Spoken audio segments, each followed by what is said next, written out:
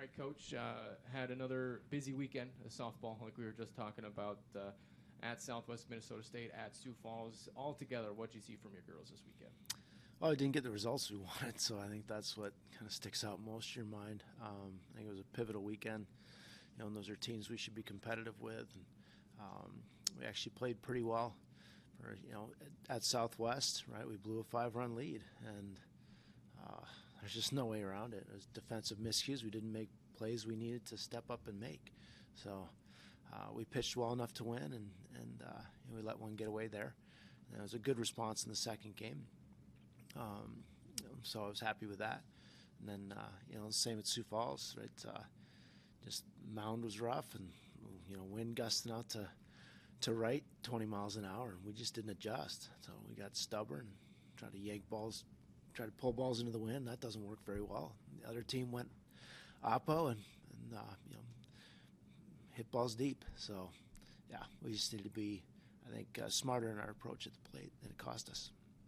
After a tough loss in Game 1, you bounce back, you get Game 2, 3-2. Talk about the toughness it takes to bounce back from such a gut-wrenching loss and get a win like that. Yeah, no, it's a good point. And it's a game of responses. We talk about that all the time, whether it's sort of microcosmic, an error, or a bad pitch, a walk, something like that. And, bouncing back is key. So I was very happy with that. And the other part was, we outplayed them for 6 innings, 6.5 innings really. So. Unfortunately, that team's done it to us twice, and so it was a good response that way. Just keeping their emotions in check and coming back, and that I think comes along with the idea of expecting to win, and these are teams that we expect to win against. So, what do you take from Trinity's performance in that first game? You mentioned that you pitched well enough to win, and she really looked dominant for most of that game. Yeah, she did. I mean, she got ahead through strikes. I think we had 1 walk that game. So, I mean, she's tough when she's on, So that was, I think she hit spots and pitched to our defense. I was really just happy with her start and Gabby's as well, right? I think they were very competitive, and I thought we had a pretty good game plan against hitters. So yeah, we were very good against some of their best hitters, and then Tomlinson kind of had our number that game, but overall, very good performance. The offense did pretty well in those 2 games despite the loss. You had multiple players with multiple hits. What are you seeing from your bats over these last 4 games? I think we're putting good, intelligent bats together. We're stealing a lot of bases. So, some of it's just playing to our identity, playing fast, being aggressive, moving runners in front of hitters. We're still stranding more runners than I'd like. But some of that's the game, right? Some's controllable and some isn't. And I think the overall approach has been good. When you talk to kids about what they're trying to do and their at-bats, their plans, really feel good about that. I think that's developed nicely throughout the year. So, we're doing a lot of things well. Again, just we're close. So. Looking at the doubleheader with Sioux Falls, that's a team that's they've been on a tear lately. Yep. They put up almost 30 runs against U Mary.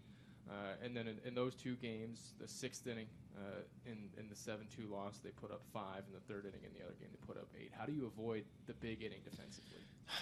Miscues. I mean, both those innings, and I don't know how the scoring shook out in terms of earned runs, unearned runs. I really haven't gone back through that, but I guess I'd say they were generous with hits maybe. We're not making plays we need to step up and make. I mean, it's just that simple. Routine ground balls in the 5-6 hole, balls dropping in front, getting poor jumps in the outfield. It is what it is. So we just have to take accountability and tighten that up.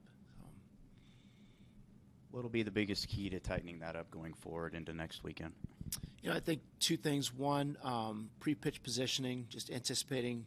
So it's a chain reaction, right? If we hit a spot with a pitch, we call, right? Our infielders, outfielders expect the ball to be hit in a certain area. They're going to get better jumps, and so it starts with hitting spots, and then pre-pitch positioning, just getting better jumps. Some of it's just getting 2 balls, right? It's not so much miscues as their balls we're just not getting too quickly, which again is not like us. Normally we're really good at that, and I think that's something that's cost us the last couple of days. And we've made some young sort of rookie mistakes, not taking outs, trying to get lead runners when play wasn't there, things like that have kind of led to big innings, and we've had some routine fly balls that have dropped that have led to big innings. So it's a play or two, and I think that's the thing we need to keep the kids conscious of. It. We're a play or two away of really taking 3 out of 4 this weekend, if you think of it that way. Looking ahead to next weekend, you got Winona State and Upper Iowa coming to town. Winona State especially, they've been a top-tier team in this league for a long time. What challenges are those two squads going to present you? Yeah, I mean, Winona's, they're loaded. I mean, they're regionally ranked and have been for the last 4 years. Really led with their pitching. Jordan Kleeman and Potts are really, really good pitchers. So, we have to be ready for that.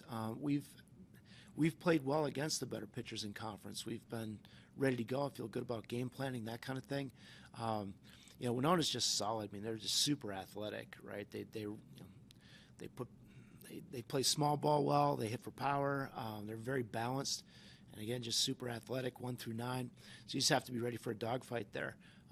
That said, that's a challenge we really embrace, right? And then Upper Iowa, they had a freshman pitcher who was pretty good that was out early in the year. They're a better team than their record indicates.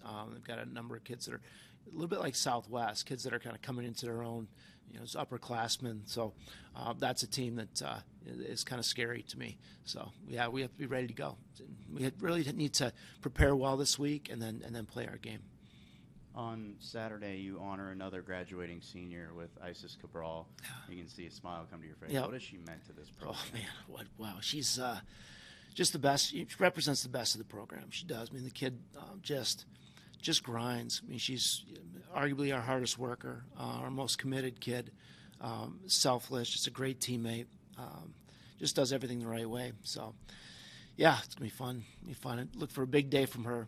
So she's had a great year this year, and she just earns every ounce of success she's had.